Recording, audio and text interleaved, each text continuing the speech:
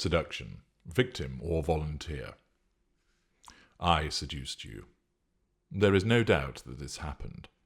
I was the protagonist, and I brought you under my spell. But let us go a little further back. I chose you. I identified you as a prospect, and then undertook my investigative work to determine that you had what I was looking for. You did. And then I began to gather the material that would aid my seduction of you. You had no idea that you had walked into my sights. You had no idea that my gaze followed you around the room, that I observed where you worked, where you lived, and began the careful assimilation of information about who you are from your friends and your online presence. In fact, your social media contribution was instrumental in allowing me to ascertain that you fitted the profile that I required in those that I target. Not only that, your tendency to plaster your life over the internet provided me with a plethora of material to use in my seduction. More than most, I felt I really did know you before I even met you. There are enough warnings about remaining safe online, plenty of guides about how to be secure in your internet dealings and to chart the waters of cyberspace in an enjoyable yet cautious manner. Not that you paid any regard to this, as comments, photographs, location tags and such like were thrown like broadcasted seeds out into cyberspace. You posted photographs which showed the inside of your home. It was easy enough from your frequent location tags to work out the neighbourhood where you lived, and then using the photographs to identify which was your house. You didn't see me sat in the car outside as I waited one morning for the confirmation that that was where you lived. I had a good look through your windows as well, seeing as how you opened all of the blinds, and that hedge meant nobody saw me taking note of what lay within your house. Some might say that such an approach meant you asked for what happened. Would it be uncharitable to suggest that your lax approach to sharing your life on social media caused you to stand out as a ready target? It wasn't difficult to engage you. You are, after all, a bright and vivacious person with many friends. Indeed, those friends enjoy talking about you to people, and they offered up much more information about you. Perhaps you should reconsider who you trust with information about yourself. I was always pushing on an open door with you, and even the surprising hesitancy you showed when I suggested we sit in the booth together in that bar was soon overcome as I began to mirror you. Didn't you think it was strange that I just happened to like jet skiing, was apparently a member of the same club as you, that I loved Thai food and enjoyed dance music?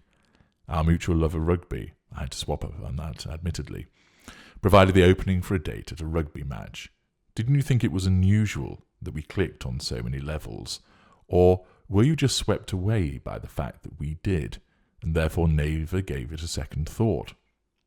Some might suggest that this was opening up to my charms rather too quickly, or are they being unduly critical of you?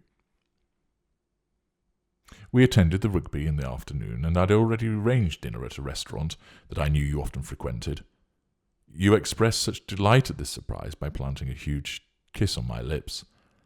I know you're an excitable person, but did you ever stop to think how, out of the thousands of restaurants in this city, I knew that this one was your favourite? You did actually ask me as we dined how I knew about this place, and I lied by saying a client had recommended it to me. When you explained it was your favourite, I feigned surprise, of course, and added that I just thought you might like it. You did not notice how I was able to secure a booking on a Saturday evening and an excellent table to boot. But then, how were you to know about the slipped notes passed to a member of staff? After all, I move with an air of considered confidence, so it all fitted together, didn't it, that I would command such close attention from the waiting staff through the evening. You even missed the fact that, somewhat inebriated, I was able to tell the taxi driver where you lived. I had become somewhat amused at how easy this was proving to be. Your readiness to down glass after glass of wine in the company of someone you'd not met that long ago. Well, was that remiss of you? Or was it understandable, given the way I made myself seem so familiar to you through my background work on you? I decided to let slip your address to the taxi driver. even though you hadn't given it to me. Yet you completely missed this. As I helped you into the taxi, ever the gentleman, you missed the almost reptilian smile I gave. I didn't. I saw it reflected back at me in the window of the taxi. I had early plied you with plaudits and listened to you offer me up even more information, telling me where you worked, what you did there, information about your colleagues, taking me through your relationships with your family, your favourite musicals, and so on. I logged it all as you opened up to me, pouring so much knowledge in my direction. There are those who might consider that to be a natural thing to do, the social lubrication which makes the interpersonal relationship easier, and who is to say they are wrong? You accepted my compliments with good grace, and returned them, which pleased me considerably. You were demonstrating you were coming under my control in the instant and more generally, and you were providing me with fuel.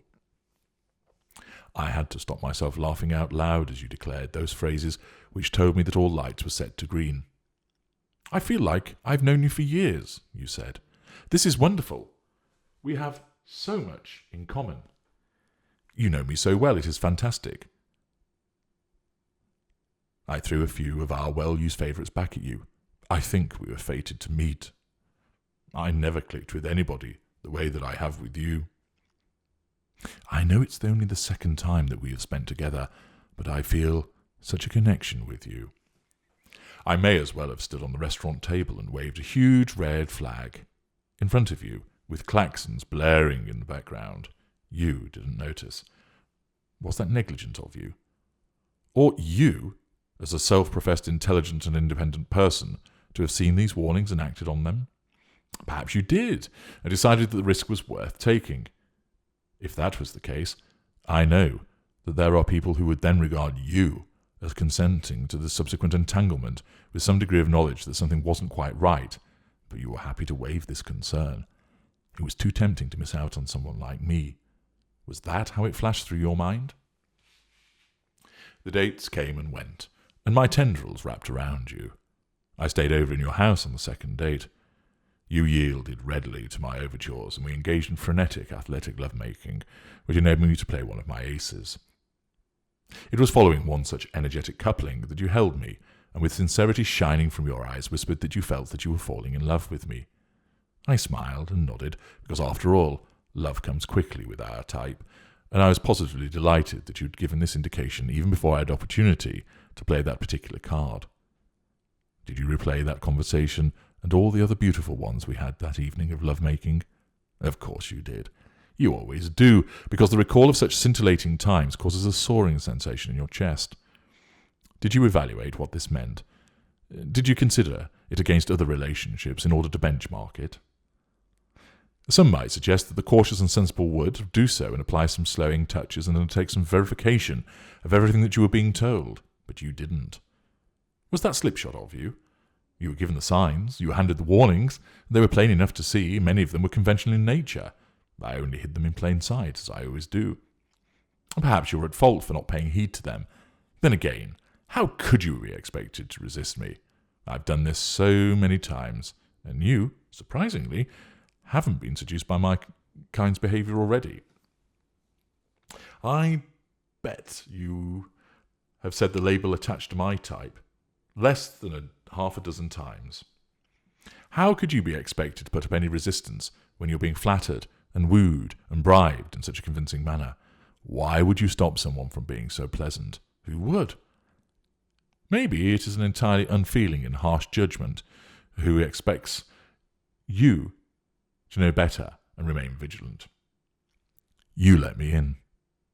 You opened the door and left it open whilst providing me with a key to it, and the back door too.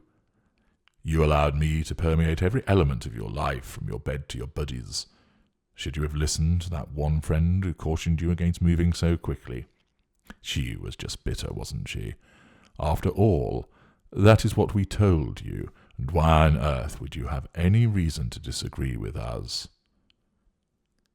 Your family all felt I was wonderful, even your sister, who in the past has been notoriously difficult to please. Actually, she isn't. You just need to know what to say, but that's a different story. So you could be forgiven for deeming her and their reactions as an accurate weather gauge of who I was. How could you have known what was coming? You are no clairvoyant. And who would not have taken advantage of being chosen by such a seemingly wonderful, charming, magnetic, and loving person as I? All my friends spoke highly of me. Didn't you pick up on how rehearsed they often sounded when lauding my attributes? No? Never mind. It was too much to expect you to do so, wasn't it? On went our relationship, two entwined lovers, the world at our feet, happiness all around us, a beautiful and enchanting romance. Who would not want such a thing? You have to have an open heart, haven't you? Otherwise, you can never be happy. You have to trust, don't you? Otherwise, you'll never find anybody. You have to bare your chest and lift your throat to the world. Nothing ventured, nothing gained, and so forth. Anybody else would have done the same, surely. Are you to be judged by the universal standard and forgiven for not seeing a predator making his way towards you, snaking his tendrils about you, and sinking those sugar-coated fangs into your naive neck? Or ought you have noticed, but became too caught up in your fantasy of perfect love that you blinded yourself? Does that make you culpable? Then again, did you see the signs but actually ignore them, content to brush them to one side because your heart told you that this was a once-in-a-lifetime opportunity to be with me? Were you a victim, or did you actually volunteer?